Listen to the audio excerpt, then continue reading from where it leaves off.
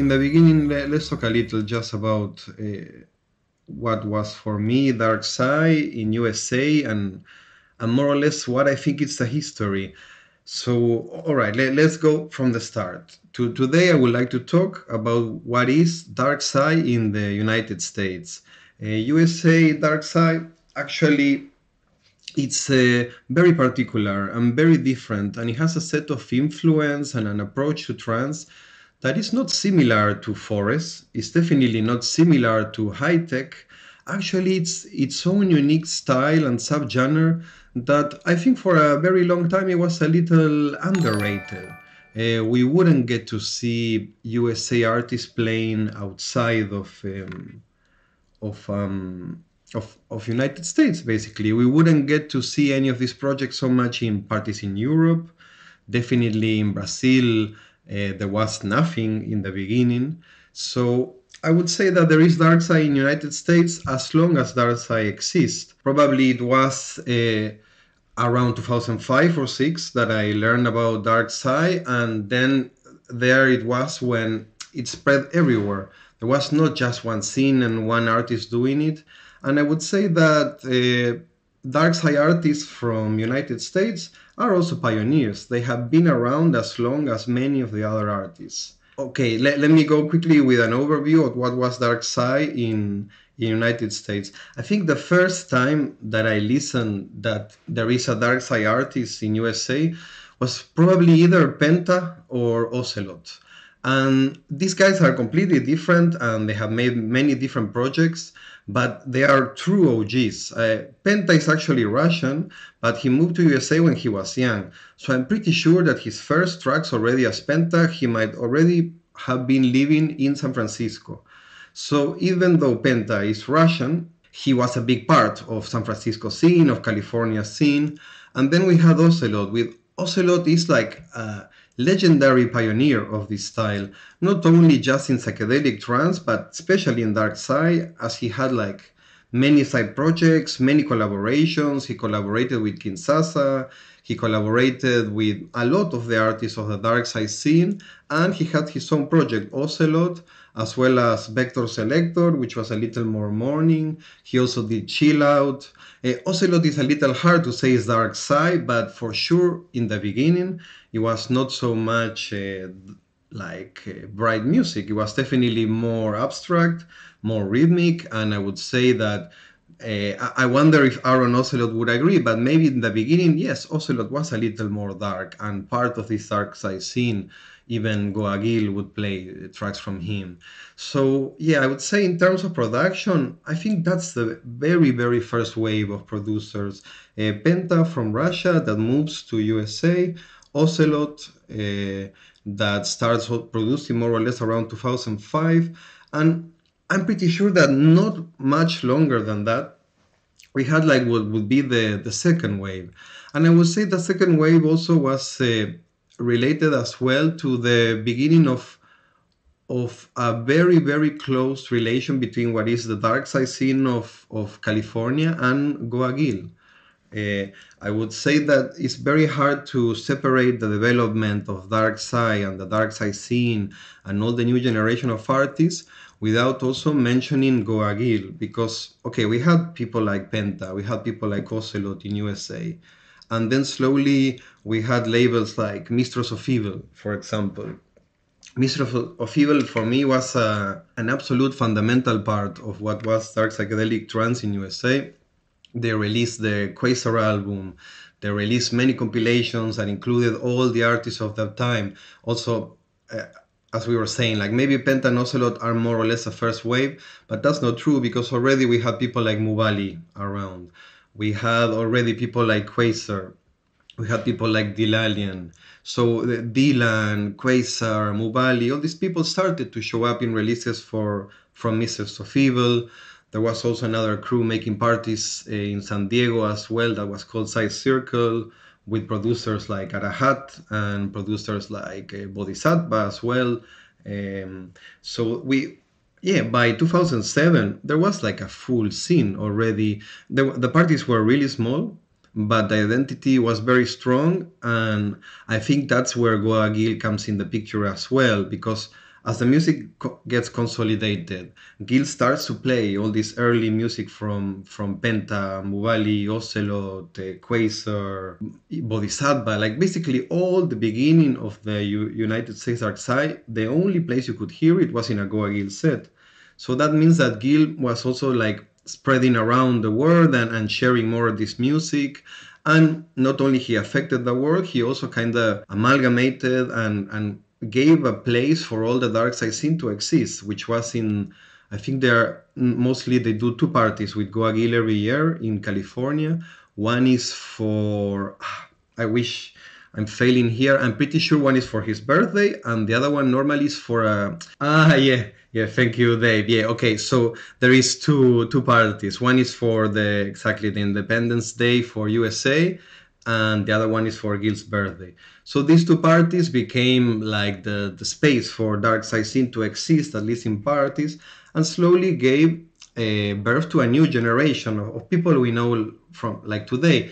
Like let's say that after Penta and Ocelot gave the foundation, then we had the first wave, no? People like Dave, like Dog of Tears that we have today, people like Mubali, people like Bodhisattva. So there we can see also that most of the dark side that was developed in USA came from the West Coast.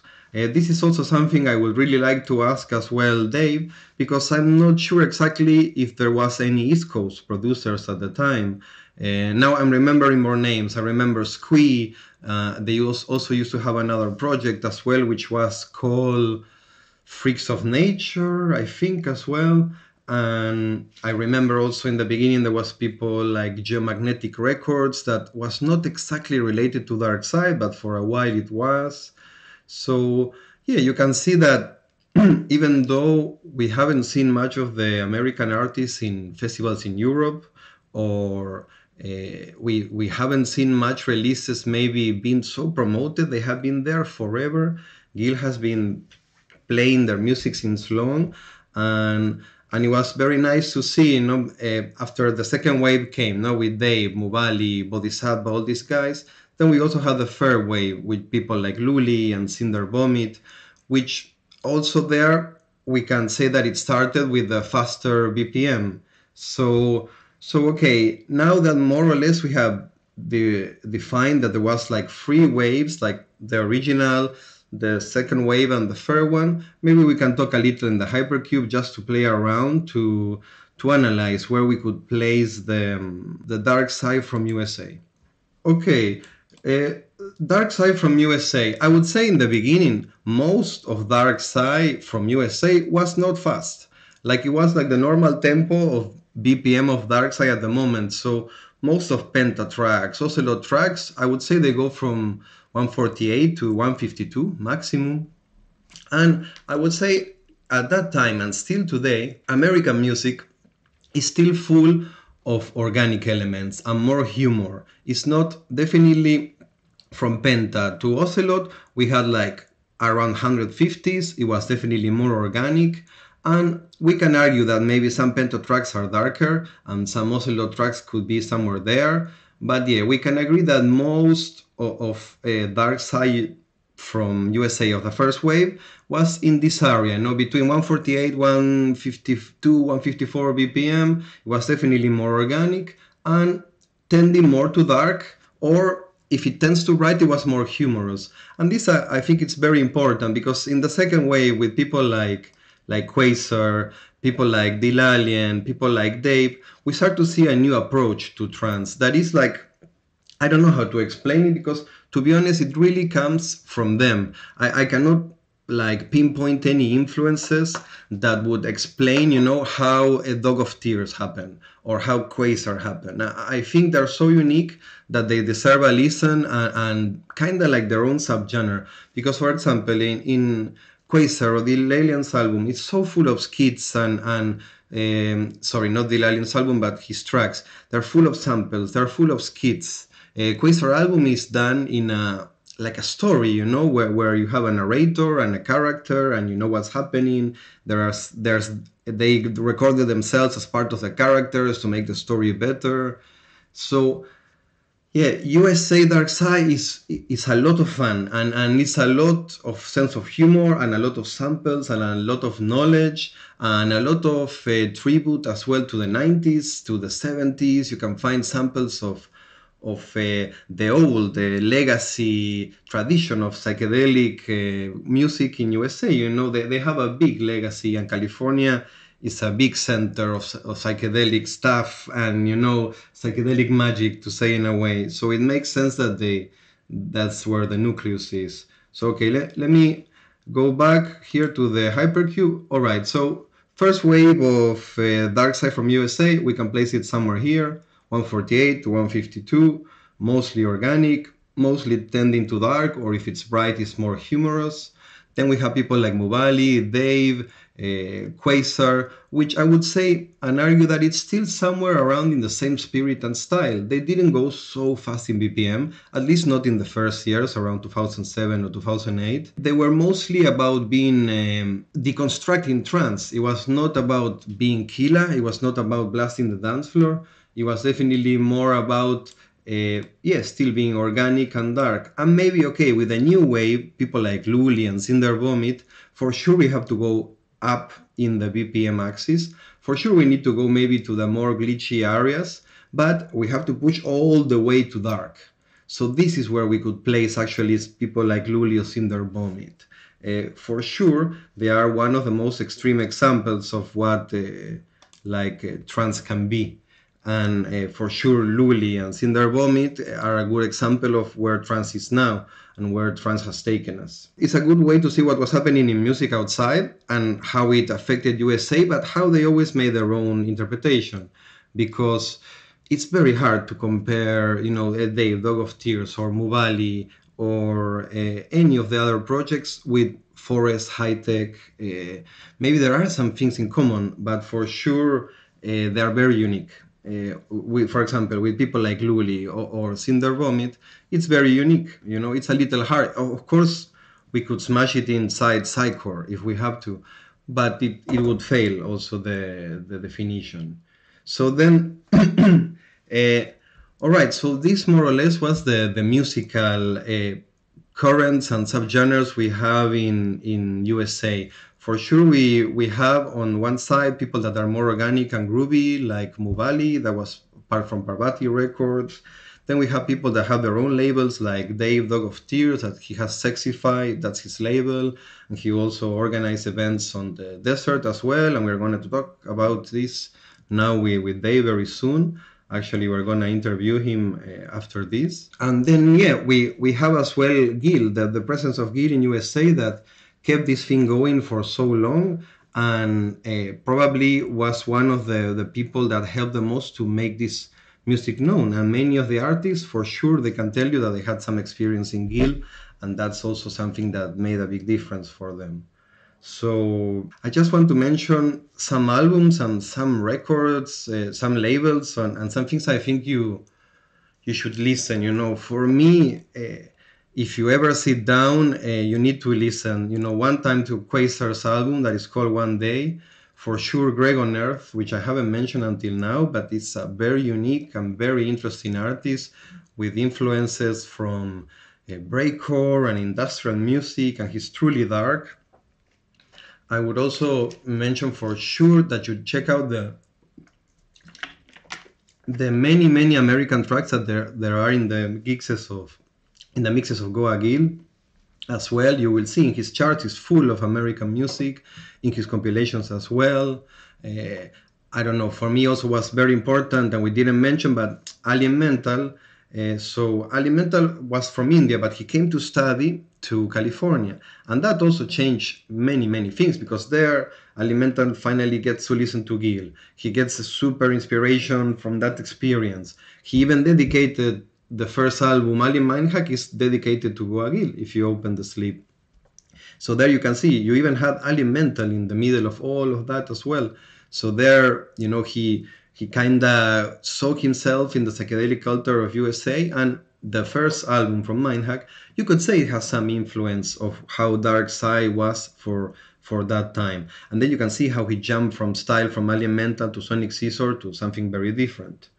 And yes, of course, how can I not mention Fractal Cowboys, which for us also was a extreme inspiration, even for our name, for Fractal Gauchos. Yeah, Fractal Cowboys is Dylan together with Quasar. Explosive combo that yeah, has given me joy countless times. It's hard to pinpoint what is the style musically in USA because it's very varied and very mixed. But I have to say that for sure I single it out as a genre because I think they're unique. And I think they have an approach to psychedelic culture that is different from Europe or different from Brazil. And so, yeah, also have to say it was very nice to see Brazil growing a bigger scene and finally that there could be space for all the American artists to start to play outside USA. For example, they had like a 24-hour Cinder Vomit ritual. Dave, Dog of Tears, has been there in Brazil a few times, Quasar. So for me, it was very nice to finally see that they have a space for this music. And maybe if we don't see it so much in Europe, in Brazil it got quite big. I think you all guys must have seen some epic pictures of Luli with no clothes on when she was getting inside the speaker. So yeah, for sure you can see that Brazil has arms open for whatever is coming from USA. I believe that is also connected to the presence of Goa Gil in Brazil because Goa Gil is one of the biggest parties when he plays there, and definitely Goa Gil makes no compromises. No, wherever he plays the music he plays, and I think that also helped for the for people like Muvali or Dog of Tears to get to play to Brazil often. So yeah, I'm very happy to finally have a little of this world and these vibes because to be honest, yeah, psychedelic culture in USA is very different than it is from Europe. They have a big tradition. They are kind of the birthplace of psychedelic culture in the sense of what we know in modern times with the hippie culture and what happened in California in the 60s. So it's good that there's still a presence there. And yeah, we cannot forget that Gil also came from there as well. He lived in California before going to India. So he still lives in California today. So yeah, for me, California is one of the center of the universes, and it makes sense that there is still a connection there, even though the scene is very small, and at the moment there is not big parties there. It just doesn't happen. There is maybe like 200, 300 people parties, but I have been there a few times. The locations are incredible. The organization is very nice. Dave also used to throw like a more family style party in the Mojave Desert, which we are going to talk about too as well. So yeah, I have to say that I have met one of the most sensitive, nicer people, like crowds there, but it's very small and yeah, of course, it's fragile. Life in USA is different than Europe. Everyone has to work harder, so yeah, it's not the same culture as Europe, and definitely it's not the same society that allows freaks to grow in the same way. I would say that Europe is more permissive and a little more freedom when it comes to this yeah, at least culturally. But musically, USA has always been very, very rich, and yeah, it's amazing to see how we bled down to psychedelic trance as well. And yeah, I'm happy to have Dave as well today, and I'm so happy that he's gonna play whatever he wants because yeah, I want to start to show you guys what else is there connected to trance. And since we are at home, we don't need always to make it the most killer and extreme session. Sometimes yeah, it's about listening to music and connecting, which I think that's why we're doing the stream.